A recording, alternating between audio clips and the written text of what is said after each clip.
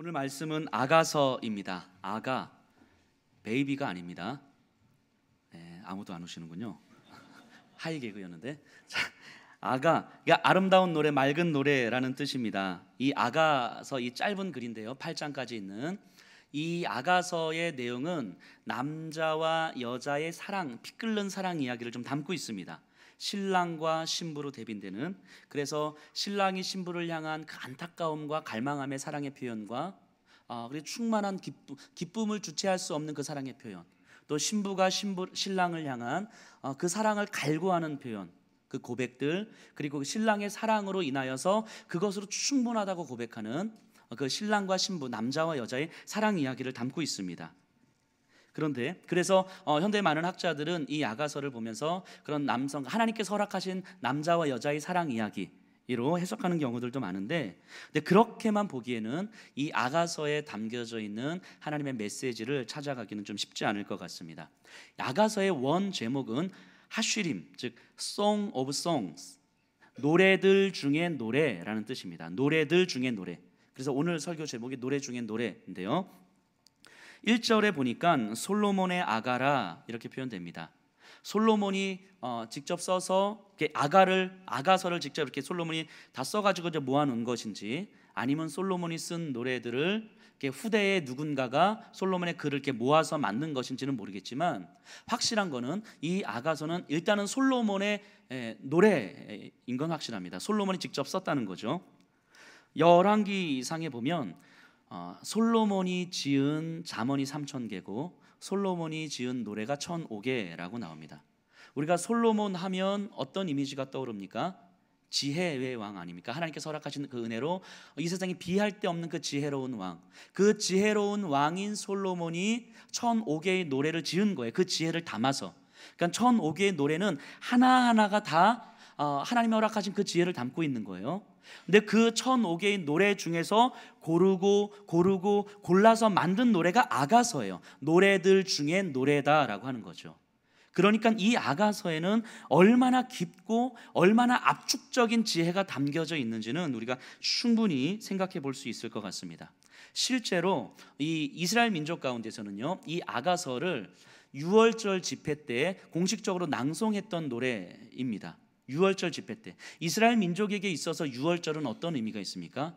출애굽과 시내산 언약을 기념하여서 지키는 절기인데, 아주 쉽게 표현하면 하나님은 우리의 신랑이고 우리는 하나님의 신부입니다. 하나님은 우리의 왕이시고 우리는 하나님의 백성입니다 라고 하는 것을 기념하여 지키는 절기가 유월절이잖아요. 그리고 이 유월절 때 공식적으로 낭송되었던 노래가 바로 이 아가서입니다. 또 지역에 따라 좀 다르긴 하지만 매주 안식일마다 공식적으로 고백되었던 노래가 바로 이 아가서인 거죠. 즉 이 아가서의 사랑 이야기, 남성과 여성, 신랑과 신부의 사랑 이야기를 이스라엘 백성은 하나님과 언약적 관계에 있는 자기, 신랑 되신 하나님과 신부 된 자기들 사이의 관계를 비유적으로 표현한 글로 이해를 하고 있는 거죠. 그래서 이 아가서는요, 단순한 남성과 여성 사이의 사랑 이야기가 아니라 하나님과 그의 백성 사이의 사랑 이야기인 거죠. 오늘날 우리로 설명하면 우리의 신랑 되신 예수 그리스도와 우리와의 사랑의 고백적 표현이 바로 이 아가서라고 하는 것입니다. 그렇게 이 아가서는요, 예배에 있어서 매우 중요한 고백적 역할을 합니다. 하나님께 우리의 사랑을 고백하기도 하고, 하나님으로부터 칭찬과 위로를 듣기도 하고, 또 하나님과 신비한 연합을 경험하기도 합니다. 이 신랑과 신부의 고백을 보면서, 그렇기 때문에 오늘 이 시간에 우리가 아가서를 함께 묵상을 할 텐데요, 아가서를 묵상하기 위해서 또 예배를 드리기 위해서 이곳에 계신 모든 분들이 오늘의 예배를 통하여서 하나님께, 신랑 되신 우리 주 예수님께 우리의 사랑을 고백하기도 하고, 그 예수님으로부터 칭찬과 위로를 받기도 하고, 또 예수 그리스도와 함께 신비한 그 연합을 경험하시기를 간절하게 소원합니다. 그러기 위해서 오늘 말씀을 들으면서 그럼 신랑 되신 예수님 앞에서 신부로서 내가 어떻게 살아가야 될까? 이렇게 해야 될까? 저렇게 해야 될까? 이런 걸 좀 생각하지 말고요, 오늘은 신부가 되셨으면 좋겠어요. 오늘 본문을 통하여서 제가 이제 신부의 마음과 신부의 상태를 쭉 이렇게 말씀드릴 텐데, 여기 계신 분들이 그냥 신부가 되시면 됩니다. 제3자적 입장에서 신랑은 이렇게 이야기하고 신부는 이렇게 반응하는구나, 그러니까 나는 이렇게 하면 되겠구나, 이렇게 생각하지 마시고 여기 계신 분들이 그냥 다 저와 함께 신부가 되시면 됩니다. 신부가 느끼는 마음, 신부가 느끼는 답답함, 신부가 느끼는 충만함을 그냥 고스란히 함께 느껴보시고요, 또 신랑이 신부에게 주는 그 메시지들을 하나하나 다 바로 나에게 주시는 메시지로 다 마음속으로 좀 들었으면 좋겠습니다. 그렇기 때문에 이 아가서 전체의 흐름 속에서 신부가 갖게 되는 어떤 영적 불만족 상태 속에서 느끼는 때로는 원망과 때로는 애원과 때로는 갈망함, 또 신랑을 향하여서 그것으로 충분합니다라고 고백하는 충만함과 풍요함의 그 기쁨의 고백들, 또 신랑이 신부를 향한 정말 그 안타까움의 말씀들, 이런 것들을 하나하나 우리의 가슴속에 새기면서 우리가 함께 따라가 봤으면 좋겠습니다. 먼저 그 2절에서 4절을 볼 텐데요, 2절에서 4절은 아가서 전체의 주제이자 내용을 담고 있습니다. 그리고 5절은 그 2절에서 4절에 나타난 것의 구체적인 근거들을 담고 있는데요, 먼저 2절을 한번 보도록 하겠습니다. 내게 입맞추기를 원하니 내 사랑이 포도주보다 나음이로구나. 이 신부가 하는 말입니다. 신부가 신랑을 향하여서 내게 입맞추기를 원하니, 즉 내 입술을 적셔 주십시오, 이런 표현입니다. 당신의 사랑의 입맞춤, 신랑을 향하여서 당신의 사랑의 입맞춤이 지금 내 입술을 적시고 있는 이 포도주보다 훨씬 낫습니다, 이런 얘기거든요. 자, 보세요. 당신의 입맞춤, 당신의 사랑을 지금 갈구하고 있는 거예요. 그런데 지금 현재는 그 사랑이 있습니까, 없습니까? 없는 상태인 거죠. 그래서 지금 내 입술을 적시고 있는 건 포도주인데 이 포도주보다 비교할 수 없을 정도로 당신의 사랑은 큽니다. 그러니까 당신의 사랑으로 나를 적셔 주십시오, 이 고백인데요, 이 멋진 고백 같지만 굉장히 좀 자세하게 들여다보면, 이 신부의 상태를 들여다보면 먼저 알 수 있는 건 이 신부는요 불신자가 아니에요. 이미 주님의 사랑을 경험한 사람이에요. 그러니까 그 주님이 나를 향한 그 사랑, 예수님께서 나를 향한 그 사랑이 다른 어떤 것과 비교할 수 없다는 걸 지금 아는 거죠. 그래서 그분과의 만남, 신랑과의 만남으로 인한 충만한 기쁨에 대한 기억은 있지만 지금 현재는 그렇지 못한 상태. 그러니까 지금 현재 이 신부의 상태입니다. 그래서 당신의 사랑을 갈망하고 그 당신의 입맞춤으로 내 입술이 적셔지기를 갈망하지만 지금은 그 갈망을 대신해서 포도주로 지금 내 입술을 적시고 있는 거예요. 이게 지금 2절에서 나타나는 신부의 상태입니다. 근데 이 상태는 오늘날 우리의 모습하고도 좀 비슷한 것 같습니다. 예수 그리스도를 만났고 그를 통한 충만한 기쁨을 경험했지만 그것이 단지 예전의 기억으로 남아있고, 그래서 지금 현재 우리 주 예수 그리스도와 동행하고 동행하기를 그렇게 갈망하고 또 갈망하지만 채워지지 않는 영적 불만족 상태에 있는 거죠. 아마 이게 이 신부의 상태일 것 같습니다. 그래서 참된 안식과 그리스도 안에 거하는 그 기쁨을 누리고 싶은데 현재의 염려와 두려움과 불안함과 힘겨움 가운데서도 하나님의 은혜로 인한 평안을 누리고 싶고 모든 염려를 하나님 앞에 다 맡겨서 나도 그로 인한 평안을 누리고 싶은데 그게 잘 안 돼요. 이게 지금 신부의 모습이죠. 그래서 그 갈망함, 평안함을 누리고 싶은 그 갈망함을 대신해서 지금 포도주를 마시고 있지만, 포도주로 내 입술을 적시고 있지만 이 포도주로는 나에게 채워지지 않는 거죠. 지금 이 상태입니다. 그래서 때로는 좀 원망 섞인 말로 이렇게 고백할지도 모르겠습니다. 하나님 당신은, 예수님 당신은 나와 입맞추기를 원하고 나를 사랑하길 원하시지 않습니까? 그래서 지금 내가 나를 채우고 있는 이것들과는 비교할 수 없는 강하고 크고 넓은 사랑으로 나를 사랑하시면 되는데 왜 나를 지금 이 힘겨운 상태 속에서 그냥 그렇게 내버려 두고 있습니까? 라고 하는 원망 섞인 말로 신부가 신랑을 향해서 고백하는 것일지도 모르겠습니다. 근데 이 신부의 상태를 좀 들여다보면서 살짝 우스꽝스럽긴 하지만 이런 장면을 좀 한번 떠올려 봤어요. 다이어트를 지금 하려고 마음을 먹고 있는데 TV를 봅니다. 그래 슈퍼모델과 이제 모델들을 바라보면서 정말 나도 저렇게 살을 빼서 다이어트를 해야 되겠다. 그러면서 머릿속에서 플랜을 쫙 그립니다. 그래 내가 이렇게 하고 이렇게 하고 이렇게 해가지고 다이어트를 해야지 하면서 막 집중해서 보고 있어요. 닭다리를 뜯으면서. 자 보세요. 이 장면이죠. 이 장면. 정말 제 안에는 간절하게 원하는 거예요. 다이어트를 해서 정말 저렇게 되고 싶고 그래서 나름의 계획도 세웁니다. 정말 저렇게 되고 싶은데 닭다리를 막 뜯고 있는 거예요. 그 시간이 지나니까 안 돼요. 그죠? 그 모습, 그 모습이 이 신부의 모습을 통해서 좀 보게 되는 것 같습니다. 내게 입맞추기를 원하니 당신의 사랑이 포도주보다 나음이로구나.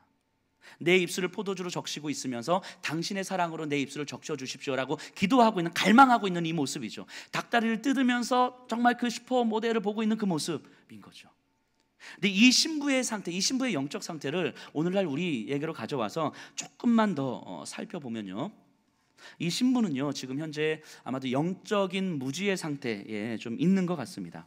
사실 알고 보면 신랑의 사랑을 방해하는 모든 조건은 신랑의 사랑에 문제가 있는 것이 아니라 신부가 만들어 놓은 거죠.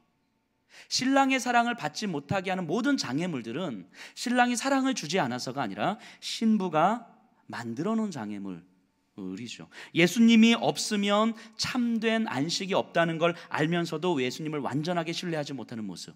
좀 바꿔 말하면 신부된 우리가 예수 그리스도에게 완전히 나를 내어드리지도 않으면서 예수님을 완전히 요구하고 있는 모습인 거죠.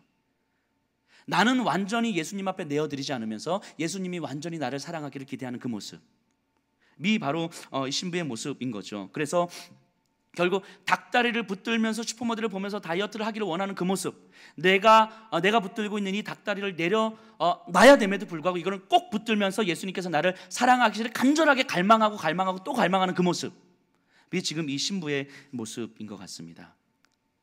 우리도 예수님의 그 사랑 깊은 평안함을, 그래서 예수님과 동행함으로 말미암은 그 충만한 기쁨을 갈망하면서도 여전히 지금 내 입술을 적시고 있는 포도주와 내가 붙들고 있는 닭다리 있지 않습니까? 오늘 예배가 마치고 집으로 돌아가셔서 한번 깊이 묵상해 보셔요. 내가 붙들고 있는 닭다리는 무엇인가? 그럼에도 불구하고 나는 여전히 예수님으로 인한 그 충만한 사랑을 갈망하고 있는가? 나는 어떤 닭다리를 내려놓아야 하는가? 자, 오늘 저녁 메뉴로 치킨 드시려고 하셨던 분들 메뉴 다시 한번 생각해 보시고요. 자, 나는 오늘 어떤 닭다리를 내려놓아야 하는가? 정말 깊이 한번 묵상해 보시면 좋을 것 같습니다. 하나님 앞에, 예수 그리스도 앞에 나를 완전히 내어놓았을 때 우리에게는 이런 불안함이 생기죠. 내 힘에 붙이는 일을 예수님께서 나에게 요구하시지는 않을까? 내가 내놓거나 행하기에는 부담스러운 그 일을 하나님께서는 나에게 시키지는 않을까? 그래서 십자가의 길, 굉장히 영광스럽고 좋은 길인 것처럼 보이지만 그 길은 곧 나의 길은 아니었으면 좋겠는 그런 두려움이 우리에게는 있는 거죠.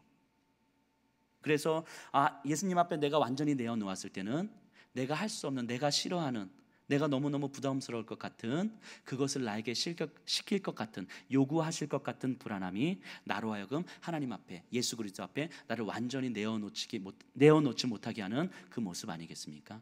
근데 가만히 생각해 보면 그렇게 두려워하고 그렇게 불안해하는 삶 속에서 예수님 앞에 그 십자가의 길 때문에 불안하고 두려워서 나를 완전히 내어놓지 못하는 그 삶 속에서 만족함이 있는 게 이상한 거 아니겠습니까? 그렇지 않을까요? 예수님 앞에 나를 완전히 내어놓는 것을 불안해하고 두려워하는 그 삶에 만족함이 있는 게 문제인 거죠. 만족함이 있는 게 이상한 거죠. 불만족스러운 게 너무너무 당연한 거 아니겠습니까? 내가 닭다리 붙들고 슈퍼모델을 본다 해서 다이어트가 안 되는 게 극히 당연한 거 아니겠습니까? 이게 지금 이 신부의 모습인 거죠. 그리고 오늘날 우리가 보여지고 있는 이 영적 상태의 모습이 아닐까 하는 생각을 합니다. 그런데 아가서를 계속 묵상하면서 이 신부를 향한 이 신랑의 사랑, 나를 향한 예수님의 사랑은 여전히 멈추지 않습니다. 항상 전진하면서 나에게 다가오죠. 그리고 어느 순간 이 신부가 신랑의 사랑에 압도됩니다. 3절에 이렇게 고백하죠. 내 기름이 향기로워 아름답고 내 이름이 쏟은 향기름 같으므로 처녀들이 너를 사랑하는구나. 당신의 기름이 향기로워 아름답습니다. 당신의 이름이 쏟은 향기름 같습니다.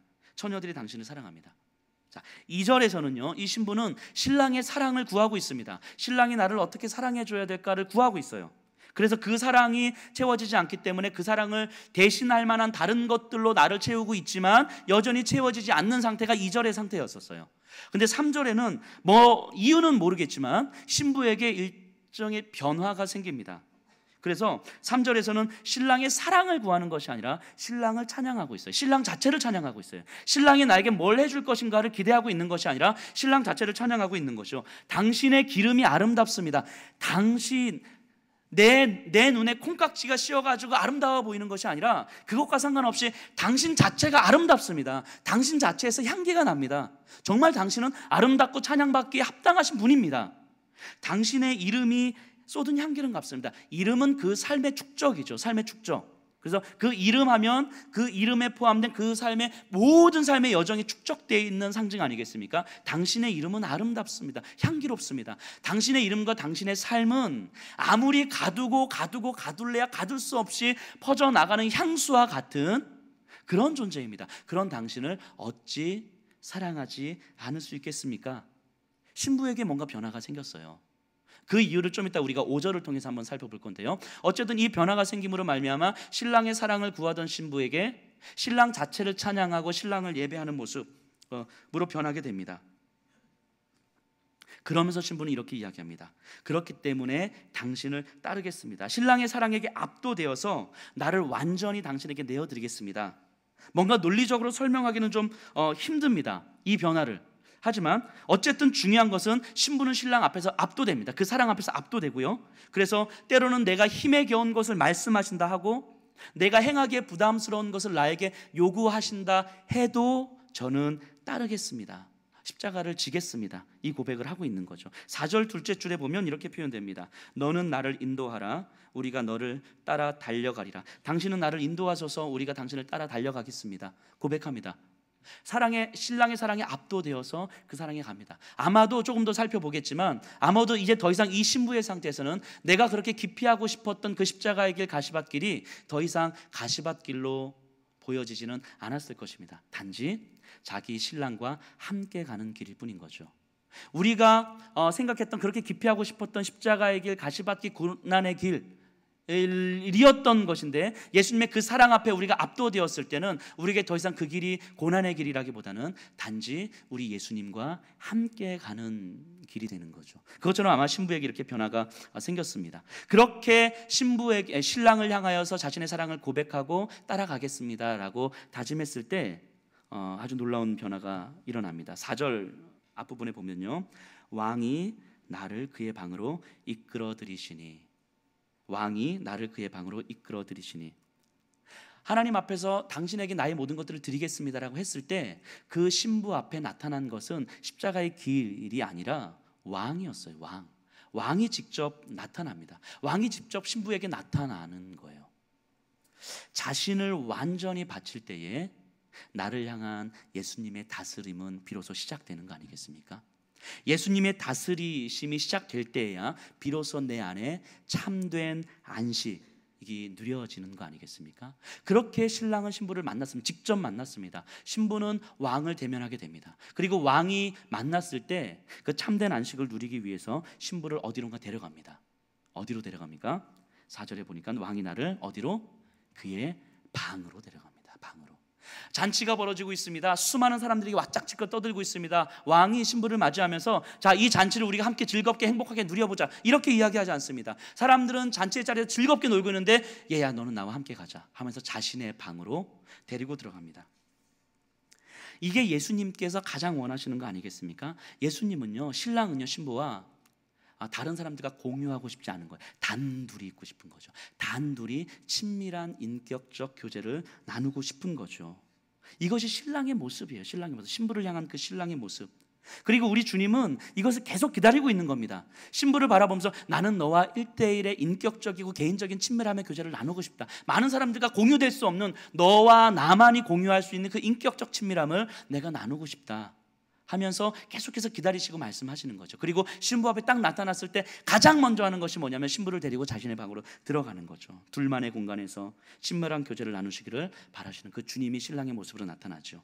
지금 이 자리에 앉아있는 저와 여러분들을 바라보시면서도 주님은 동일하게 찾아오셔서 가장 원하시는 그것을 하기를 지금 기다리고 계시는 거죠. 여기는 한 분 한 분 찾아오셔가지고 인격적이고 친밀한 교제를, 그래서 누구와도 공유할 수 없는 그런 친밀함을 나누기를 너무너무 원하고 계시는 거죠. 자기에게 헌신된 신부와 모든 것을 나누고 싶어 하시는 그 신랑의 모습, 여기 보여지는 그 왕의 모습이 바로 우리 주님의 모습 아니겠습니까? 그리고 엄밀하게 보면 여기 앉아있는 저와 여기 계신 분들이 가장 원하는 게 이런 거 아니겠습니까? 우리 주님과 좀 인격적이고 친밀한 관계를 나누는 것, 이게 우리가 가장 원하는 거 아니겠습니까? 가장 원하는 것. 하나님은 우리와 많은 사역을 하길 원하시겠습니까? 많은 일을 하길 원하시겠습니까? 많은 헌금 내길 원하시겠습니까? 그런 것보다 우리가 가장 원하는 건 우리 주님과 정말 친밀한 인격적 교제 가운데서 우리 주님으로 충분한 그 기쁨으로 살아가는 삶, 우리가 가장 원하는 거 아닙니까? 근데 우리가 원하는 것보다 비교할 수 없을 정도로 우리 주님은 우리를 향해서 그걸 원하신다라고 하는 거죠. 그래서 우리를 만나자마자 우리를 그의 방으로 데리고 가시는 거죠. 그거 하자고. 왕을 만난 신부는요, 신랑을 만난 신부는 그렇게 기피하고 싶었던 십자가를 각오하고 신랑의 사랑 안에 온전히 거하기로 다짐하면서 왕을 만난 그 신부는요, 더 이상 말씀드렸던 것처럼 두려워할 것이 없습니다. 왕과 신랑과 우리 주님과 함께 충분한 인격적 교제 안에서의 기쁨을 누리고 있는 신부에게는 더 이상의 두려움은 없습니다. 그것으로 충분하기 때문에 더 이상 내가 욕심을 부려야 될 것도 없고 더 이상 내가 염려하고 불안해야 될 것도 없는 거죠. 그러니까 어디든 갈 수 있는 거죠.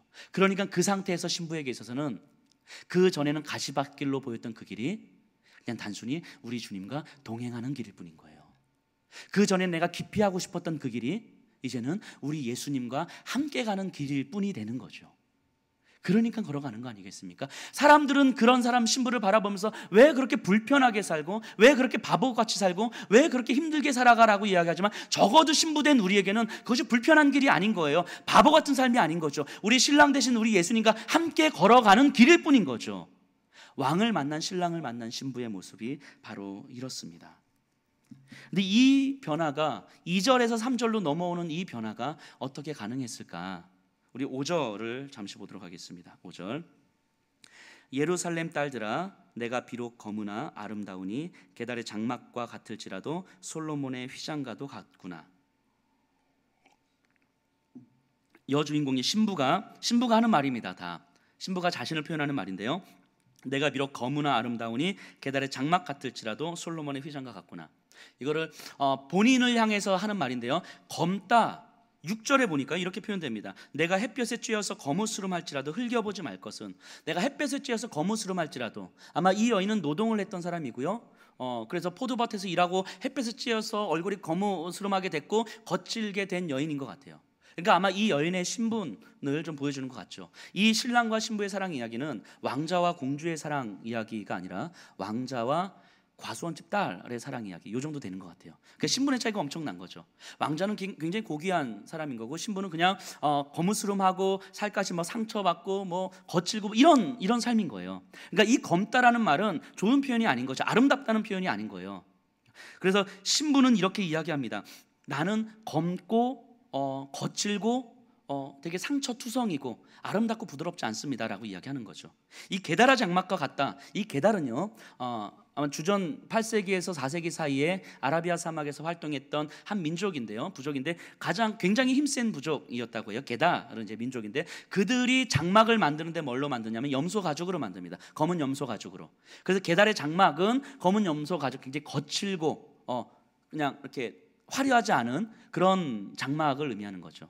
자, 그럼 5절을 우리가 이렇게 볼 수 있을 것 같아요. 예루살렘 딸들아, 이건 신부죠. 내가 비록 검으나 아름다우니 게달의 장막 같을지라도 솔로몬의 휘장과 같도다. 검다와 게달의 장막이 연결이 되고 아름답다와 솔로몬의 휘장이 연결되는 거죠. 솔로몬의 휘장이 뭔지는 잘 모르겠지만 그래도 그냥 상상은 가능할 것 같습니다. 솔로몬 그 영광스러움 가운데 있는 그 휘장, 굉장히 화려하고 아름답고 부드럽고 게달의 장막과는 대비되는 그 모습일 것 같아요. 그럼 이거를 신부의 이야기로 다시 한번 가져와서 우리가 고백해 보면 이런 이야기일 것 같습니다. 신부는 신랑을 바라보면서 자기와는 함께 어울리지 못할 것 같은 그 신랑을 바라보면서 이렇게 이야기합니다.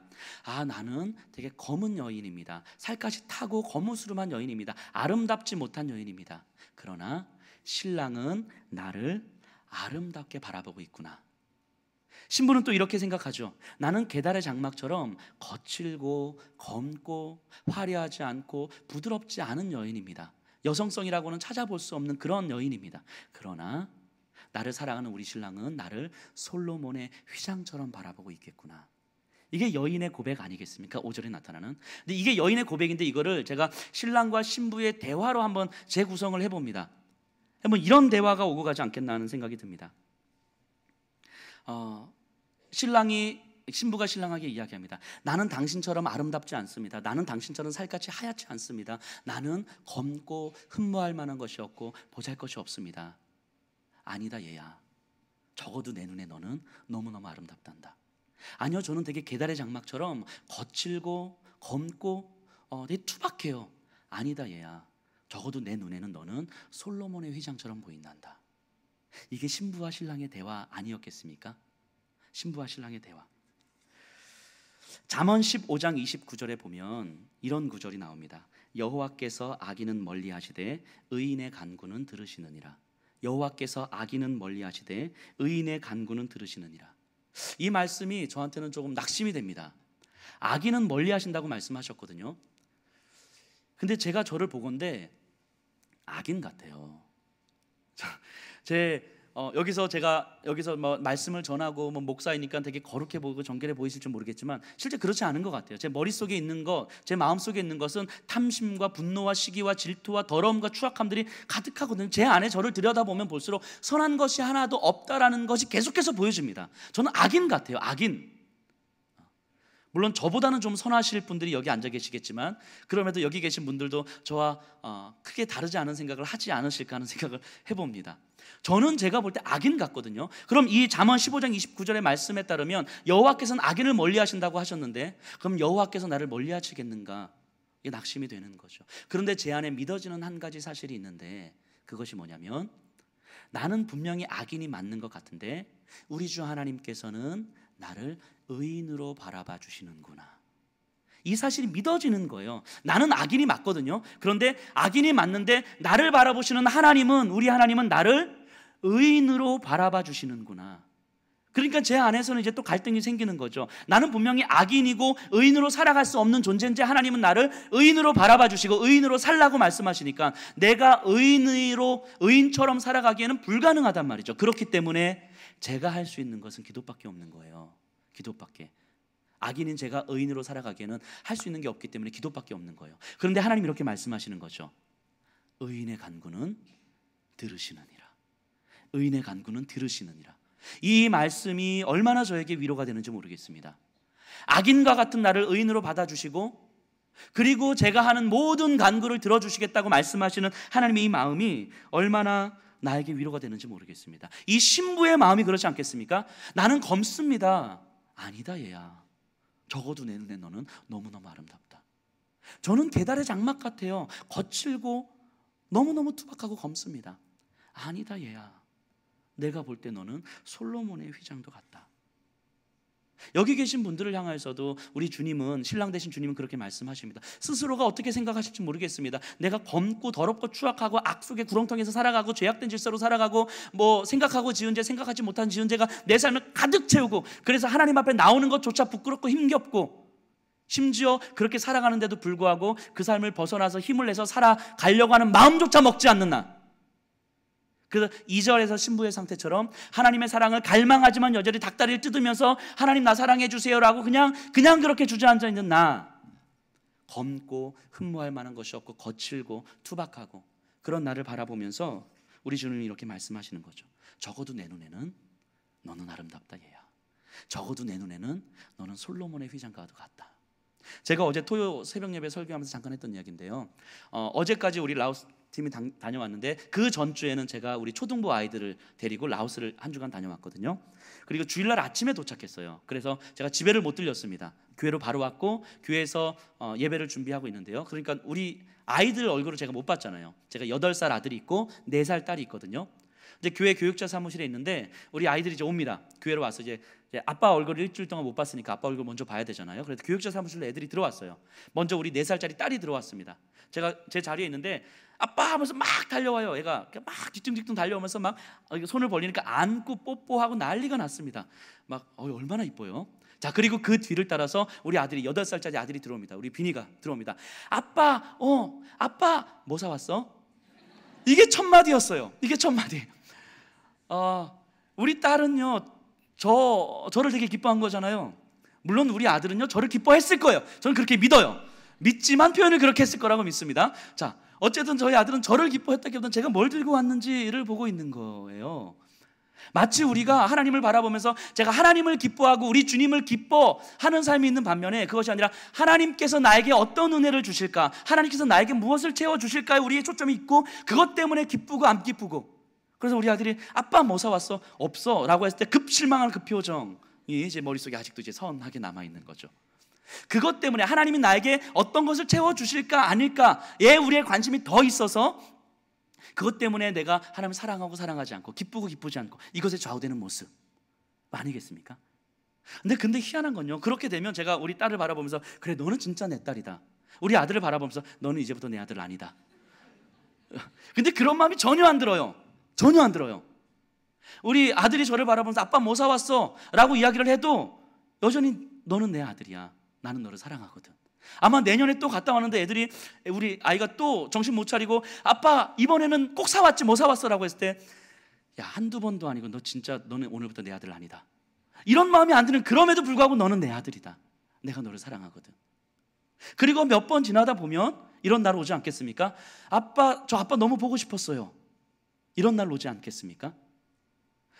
아들은요, 나를 기뻐하지 않고 내가 들고 온 그 무언가를 기뻐한다 할지라도, 그래서 아무것도 없어서 나를 실망하고 나로부터 얼굴을 쌩하고 이렇게 돌린다 할지라도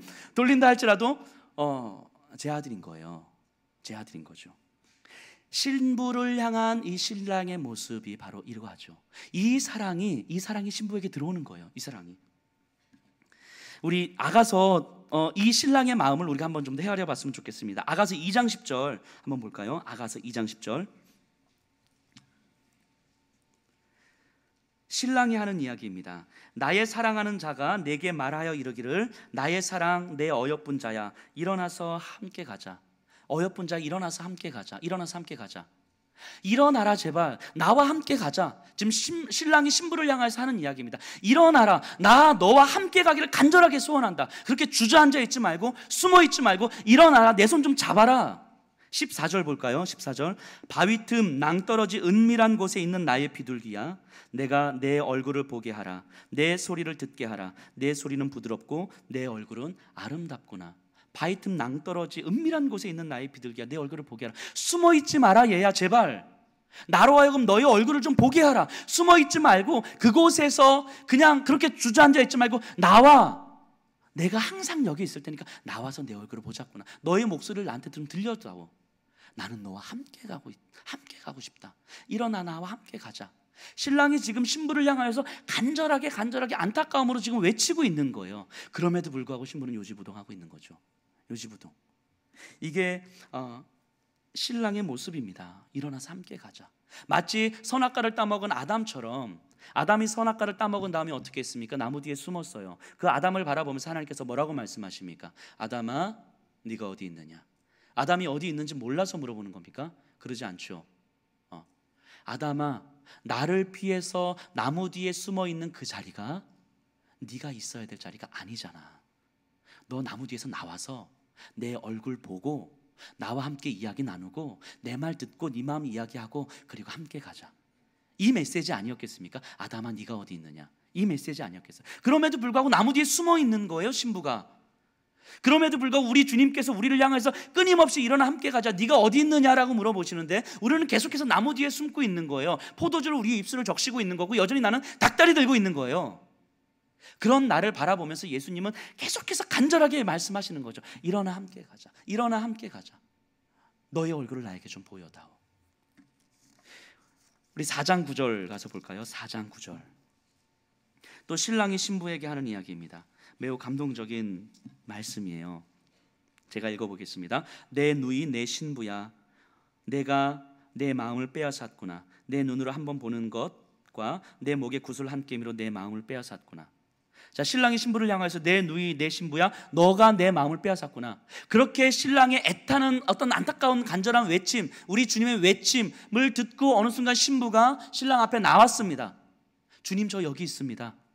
저 주님 사랑을 기다렸습니다. 저 주님 사랑합니다라고 고백하는 그 신부를 바라보고, 그 신부를 바라보고 우리 주님이 신랑이 하시는 말씀이에요. 너가 내 마음을 빼앗았다라고 이야기하는 거예요. 너무너무 감동적이지 않습니까? 아무것도 아니고 보잘것도 없고 초라하고 주님이 없어도 살 수 있을 것처럼 살아갔던 우리, 그럼에도 불구하고 그 자리에서 끊임없이 우리를 사랑한다고 안타까움으로 손 내밀고 이야기하셨던 그 주님 앞에 급기야 나와서 주님, 예, 주님의 사랑을 기다렸습니다. 주님 사랑합니다. 예수님 저 사랑해요 라고 한마디 해서 그런 저를 바라보면서 우리 예수님께서 하시는 말씀이 너에게 내 마음이 뺏겼다 얘야. 너에게 내 마음이 뺏겼다. 그가 너로 인하여 기쁨을 이기지 못하시며. 이게 우리 주님의 마음이죠. 여기 있는 한 분 한 분을 향하여서 주시는 우리 주님의 마음이죠. 마음. 그 마음의 신부가 압도되는 거예요. 그 마음에 내가 너로 인하여 기쁨을 이기지 못한다. 아무것도 아닌 나를, 그 하늘의 주인이신 그 주님께서 아무것도 아닌 나를 바라보시면서 그 주님 앞에 나와 있다는 이유 하나만으로 너에게 내 마음이 뺏겼다. 지금 이 예배 자리에 나와 있다는 이유 하나만으로, 하나님의 말씀 앞에 나와 있다는 이유 하나만으로, 하나님을 사랑한다고 고백하는 이유 하나만으로 여기 있는 분들 한 분 한 분을 바라보면서 우리 주님 말씀하시는 거예요. 너에게 지금 내 마음이 뺏겼다 얘야. 너에게 내 마음이 완전히 사로잡혔다 얘야. 이렇게 말씀하시는 거예요. 나를 향하여서 우리 주님이, 신랑 되신 주님이. 너무너무 감동적이지 않습니까? 신부가 신랑을 제대로 만났습니다. 그래도 그 신랑의 사랑 앞에 압도되어졌을 때 신부는 이제는 신랑을 따라서 살게 됩니다. 신랑을 따라가게 되는 거예요. 예전에 신랑과 함께 있잖아요. 신랑을 멀찍이서 봤을 때는 신랑이 걸어가는 그 길, 우리 주님이, 예수님이 걸어가신 그 길은 나에게는 기피의 대상이었어요.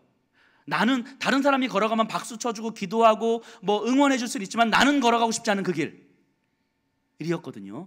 그런데 우리 주님의 사랑에 압도돼서 우리 주님과 함께 있을 때는 이제는 신랑과 함께 걸어가는 거예요. 말씀드렸던 것처럼 더 이상 그 길은 나에게 고난의 길이 아닙니다. 우리 주님과 함께 걸어가는 길일 뿐인 거죠. 더 이상 그 길은 가시밭길이 아니에요. 우리 주님과 함께 걸어가는 길일 뿐인 거죠. 사람들은 우리를 바보 같다고 이야기하지만 나는 전혀 바보 같다고 여기지 않습니다. 신랑 되신 우리 주님과 함께 걸어가는 그 길이기 때문에 다른 그 어떤 것도 필요 없다라고 고백하는 거죠. 이게 신랑을 제대로 만난 신부의 모습 아닙니까? 말씀드렸던 것처럼 그 지지난주에 제가 라오스를 다녀왔는데요. 라오스에서 있었던 일입니다. 한 마을에 들어갔는데 48세 된 어떤 남자분인데 손목을 이렇게 하고 이제 헝겊을 이렇게 막 감고 있는 거예요. 그래서 물어봤습니다. 왜 그러고 있냐고. 근데 이야기를 하는데 일을 하다가 이렇게 떨어졌는데 손목으로 이렇게 떨어져가지고 손목이 부러진 거예요. 부러졌는데 치료비가 없어서, 그리고 병원까지 갈 차비가 없어서 이 풀로 이렇게 붙여가지고 헝겊으로 이렇게 싸매고 있는 거예요. 그리고 또 헝겊 풀러가지고 또 풀 이렇게 다시 하고 또 헝겊으로 싸매고 있는 거죠. 3개월 동안. 얼마나 압박했습니까? 정말 얼마나 압박했습니까? 그리고 그때도 좀 아프다고 이야기를 하는데 그래서 일단은 뭐 있는 건 다 털어드렸죠. 이렇게 치료하시라고, 제가 치료비 대드릴 테니까 치료하시라고, 우리 팀이 해드릴 테니까, 그리고 혹시라도 치료비 부족하면 말씀하시라고, 제가 한국 가서 송금해드리겠다고 말씀하시고, 말씀드리고 그 손목을 붙들고 함께 기도합시다 하고 기도를 하는데 제가 너무 속이 상한 거예요. 그 손목을 붙들고 기도하는데 너무너무 속이 상한 거예요. 너무너무 똑같은 사람인데 하나님, 그깟 돈 몇 푼 때문에 하나님의 형상으로 지음받은 이 귀한 몸이 상해야 되겠습니까? 그깟 돈 몇 푼 때문에 이 귀한 몸이 평생 불구로 이렇게 살아가야 되겠습니까? 하나님 똑같은 사람인데 어찌 하나님 이럴 수가 있습니까? 하면서 너무너무 제가 속이 상해서 기도하면서 막 울었어요. 제가 우니까 옆에 있는 우리 함께 갔던 우리 장로님도 우시고 또 옆에 있는 다른 분도 우시고, 하나님 앞에 감사하고 감격해서 운 게 아니라 하나님 앞에 너무너무 속이 상해서 울었습니다. 그리고 어제 연락이 왔어요. 어제 라오스 쪽에서 연락이 왔는데 병원을 갔더니 이게 이제 3개월 동안 너무 굳어가지고 이걸 수술해서 필 수는 있지만 피면 손목을 못 움직일 수도 있다고 그러더라고요. 그래서 지금의 최선은 수술을 하는 것보다 재활하는 게 최선이라고, 그래서 지금 재활하겠다. 근데 그 말을 듣는데도 너무너무 마음이 아픈 거예요. 그 말을. 그때 빨리 치료했으면 그냥 아무렇지도 않게 생활할 수 있는 거였음에도 불구하고 그깟 돈 몇 푼이 뭐라고 평생 이러고 살아가야 되는 거죠. 그냥 재활하면서 조금 자연스럽게, 조금 아프지 않도록 그 정도로 가는 거 아니겠습니까? 너무너무 속이 상해서 하나님 앞에 울면서 그렇게 기도를 하는데 하나님 이런 마음을 주십니다.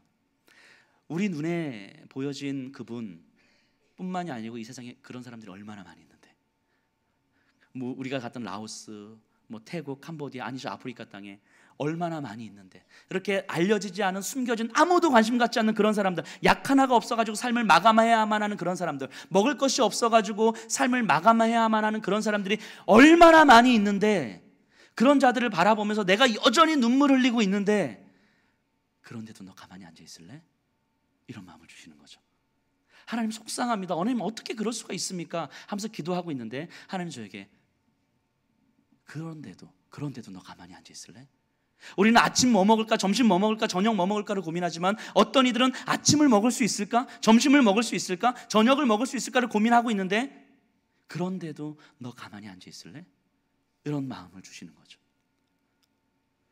가만히 앉아 있을 수가 없는 거죠. 가만히 앉아 있을 수가 없는 거죠. 지갑을 여는 것이고, 시간을 내는 것이고, 내 마음을 쏟아내야 되는 거죠. 그것이 어떤 일이든, 이것이 주님께서 눈물을 흘리고 계시는 그곳이라면, 우리 주님과 함께 할 수 있는 그곳이라면, 내 지갑을 여는 게 뭐가 문제이겠습니까? 내 시간을 내는 게 뭐가 문제이겠습니까? 내 마음을 쏟아내는 게 뭐가 문제이겠습니까? 사람들은 왜 그렇게까지 밑빠진 독에 물붓기 같은 그런 일을 그냥 불필요하게 하냐고.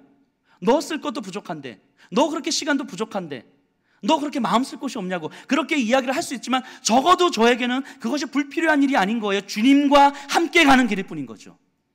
주님과 함께 가는 길일 뿐인 거죠. 신랑의 사랑에 압도되어서, 신랑의 사랑 안에서 신랑과 함께 걸어가는 그 길이 사람들에게는 불필요한 일처럼 보일 수도 있고, 바보 같은 일처럼 보일 수도 있지만, 적어도 신부에게는 그런 것들이 아무 의미가 없는 거죠. 그냥 신랑과 함께 걸어가는 길일 뿐인 거죠. 그러니까 어떻게 가만히 앉아 있을 수가 있겠습니까? 가만히 앉아 있을 수가 있겠습니까? 그 신랑 사랑 안에 압도되어서 신랑의 사랑을 갈구하면서 신랑 안에서 살아간다고 하는 신부가, 어찌 신랑은 가고 있는데 가만히 앉아서 가는 신랑만 보고 있겠습니까? 어찌 가만히 앉아 있겠습니까? 그것이 신부이겠습니까? 그럼에도 불구하고 우리 주님은 여전히 우리를 신부라고 말씀하시고, 또 말씀하시고, 신부라고 말씀하시고, 또 사랑을 보여주시고. 그래서 아가서는 이렇게 마무리가 됩니다. 아가서 8장 6절입니다.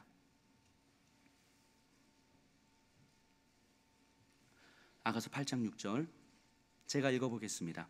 너는 나를 도장같이 마음에 품고 도장같이 팔에 두라. 사랑은 죽음같이 강하고 질투는 스올같이 잔인하며 불길같이 일어나니 그 기세가 여호와의 불과 같으니라. 사랑은, 신부를 향한 신랑의 사랑은, 또 신랑을 향한 신부의 사랑은 죽음같이 강하고 질투는 스올같이 잔인하다라고 이야기합니다. 7절에 보면요, 많은 물도 이 사랑을 끄지 못하겠고 홍수라도 삼키지 못하나니 사람이 그의 온 가산을 다 주고 사랑과 바꾸려 할지라도 오히려 멸시를 받으리라. 많은 물도 이 사랑을 끄지 못하나니, 이 아가서의 결론입니다. 많은 물도 이 사랑을, 신부를 향한 신랑의 이 사랑을 끄지 못하고 그 어떤 것도 막을 수 없나니 라고 이야기합니다. 신부됨을 포기하지 않는 신랑의 그 사랑이라고 이야기합니다. 이것을 그대로 담아서 이사야 선지자는 이렇게 표현합니다. 이사야 43장 2절에 이렇게 고백합니다. 내가 물 가운데로 지날 때에 내가 너와 함께 할 것이라. 강을 건널 때에 물이 너를 침몰하지 못할 것이며 내가 불 가운데로 지날 때에 타지도 아니할 것이요 불꽃이 너를 사르지도 못하리라. 이것입니다.